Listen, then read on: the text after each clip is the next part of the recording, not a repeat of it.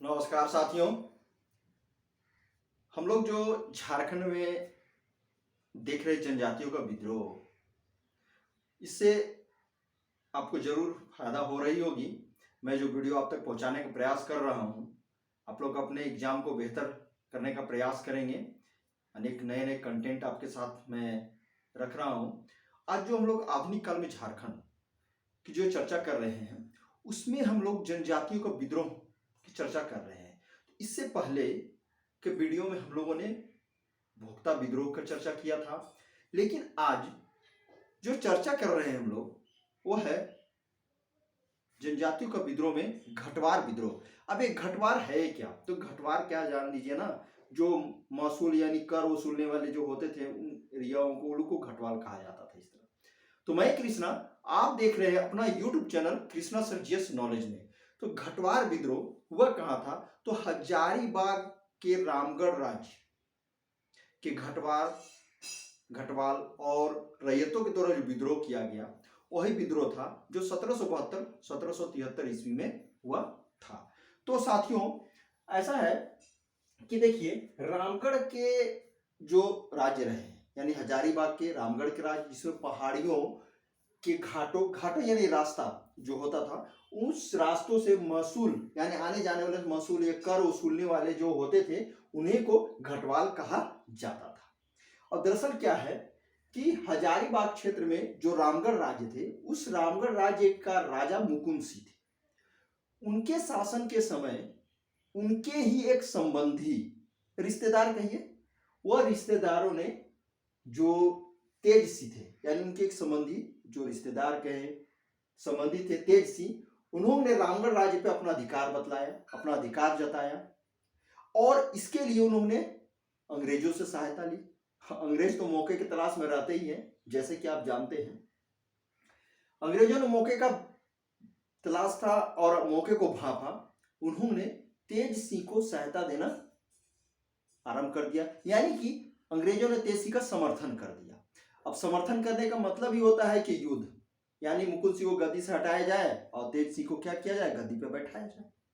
इसी क्रम में आप क्या देखिएगा कि मुकुंद सिंह के राज्य पर अंग्रेज कैप्टन जैकब कैमक ने दक्षिण की ओर से आक्रमण किया और तेज सिंह, जो रामगढ़ राज्य में अपना अधिकार जता रहा था, वो उत्तर की ओर से आक्रमण किया।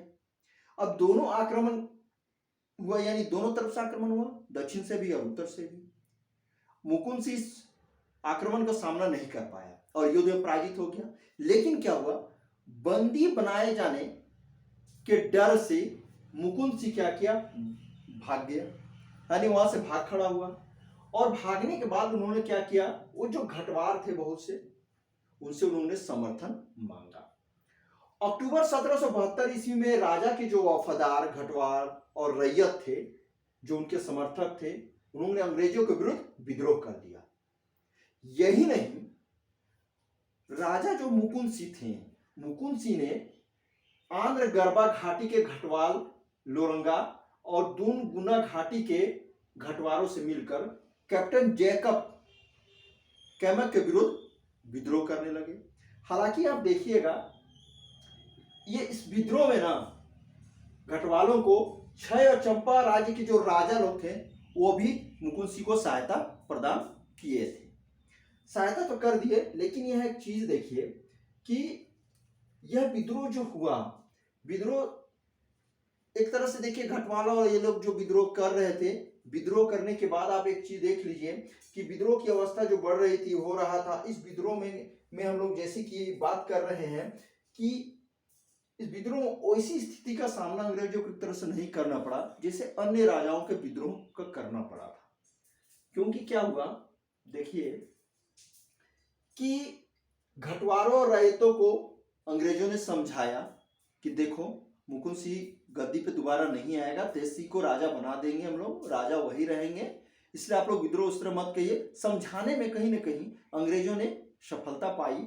और क्या हुआ, फिर घटवारों रैयतों को फिलहाल महसूस हुआ, वो लोग समझ गए इस चीज को, उनको लगा कि मुकुंद सिंह अब दोबारा राजा नहीं बन सकते हैं।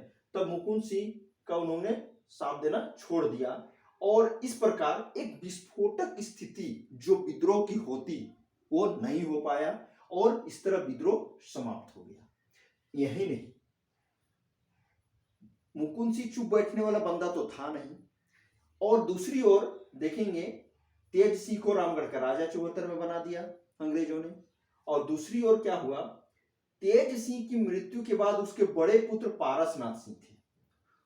पारसनाथ सिंह को, जो तेज सिंह के बड़े पुत्र थे, रामगढ़ का नया राजा बनाया गया। वो अंग्रेजों की सहायता से बने। इसका मतलब क्या हुआ, अंग्रेजों के चुंगल में फंस गए, अंग्रेजों के कठपुतली हो गए। इवन देखिए और भी जो जमींदार लोग थे, जैसे पहले क्या था, जमींदारों से सेना लेते थे, वो जमींदारों से सेना लेकर दूसरों को पे प्रतिकार किया करते थे, वो तो अब कर नहीं पा रहे थे क्योंकि अंग्रेजों के चुंगल में फंस गए। अब इनके राज्य की रक्षा अंग्रेज कर रहे थे, इससे भी पारसनाथ कहीं न कहीं परेशान जरूर रहे थे।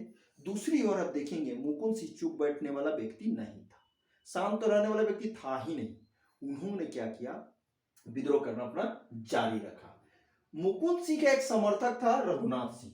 रघुनाथ सिंह के नेतृत्व में अब विद्रोह होने लगा। और रघुनाथ सिंह के अलावे आप देखेंगे अन्य जो विद्रोही थे, आप खासकर आप देखेंगे पूरन सिंह जैसे थे, अवधूत सिंह थे, इन लोगों ने विद्रोह करना जारी रखा। जिनका मुख्य लीडर एक तरह से कहिएगा ना तो रघुनाथ सिंह थे। अब अंग्रेज सारे चीज को भाप लिए। अंग्रेजों ने रघुनाथ सिंह से समझौता करना चाहा, रघुनाथ सिंह इनकार कर दिया। इनकार करने के साथ ही रघुनाथ सिंह ने आसपास के 4 परगना प्रांत पर कब्जा कर लिया और एक तरह से अपना शासन व्यवस्था स्थापित करने का प्रयास किया है। लेकिन यहाँ पे देखिए, रघुनाथ सिंह जो विद्रोह कर रहे थे ना, उनको तमाड़ के जो राजा लोग थे, ठाकुर लोग, और दूसरी ओर छोटानागपुर खास के जो नागवंशी राजा थे, वे भी मुकुंद सिंह को सहायता प्रदान कर रहे थे। अब वो विद्रोह तो हो ही रहा था, लेकिन क्या हुआ, अंग्रेज काफी परेशान रहे इनके रघुनाथ सिंह के विद्रोह से, बहुत परेशान रहे। वो चाह रहे थे एन केन प्राक्रेन किसी भी तरह से रघुनाथ सिंह को पकड़ा जाए। मौका भी मिल गया। देखिएगा इसके फलस्वरूप क्या हुआ, कैप्टन एकरमैन और लेफ्टिनेंट डेनियल के संयुक्त प्रयास से रघुनाथ सिंह को पकड़ लिया गया। और रघुनाथ सिंह को पकड़ कर इनके राज्य के जो जमीन वगैरह सारे थे लोगों में बांट दिया अंग्रेजों ने, और रघुनाथ सिंह को बंदी बनाया गया और इसको चटगांव भेज दिया गया। चटगांव कहाँ तो आप जानते हैं, बांग्लादेश में पड़ता है। और ये वही चटगांव है जहां पर साथियों आप देखेंगे महात्मा गांधी ने जब सविनय आंदोलन 1930 में प्रारंभ किया था, तो मास्टर सूर्य सेन द्वारा 30-31 में चटगांव कांड की घटना हुई थी, सशस्त्र विद्रोह वाली। तो ये सारा घटना उस समय हुआ था। तो ये वही चटगांव है। और दूसरी ओर देखिए, अब रामगढ़ में क्या हुआ ना, चारों तरफ अशांति फैली हुई थी। अब अशांति वातावरण में राजस्व वसूलना, कार्यभार संभालना, प्रशासनिक व्यवस्था स्थापित करना बहुत आसान नहीं होता था। ऐसी स्थिति में कैप्टन क्राफ्ट को रामगढ़ की सुरक्षा की जिम्मेदारी सौंपी गई। कैप्टन क्राफ्ट को क्या किया गया, रामगढ़ की जिम्मेदारी दी गई कि आप उससे सुरक्षा व्यवस्था कीजिए, स्थिति सामान्य कीजिए। लेकिन रामगढ़ की अशांति की व्यवस्था के कारण ना वहां के जो रैयत थे, किसान थे, वो वहां छोड़कर दूसरी जगह पलायन करने लगे थे, यानी दूसरी जगह जाने लगे थे। इससे देखते हुए उस समय रामगढ़ के जो उप कलेक्टर थे, कौन थे भाई उप कलेक्टर, जी डगलस ने सरकार से प्रार्थना किया, विनती किया। क्या विनती किया कि रामगढ़ के राजा को जो कर वसूलने का जो भार है उससे मुक्त कर दीजिए और राजस्व वसूली के लिए प्रत्यक्ष रूप से एक नया बंदोबस्ती कीजिए।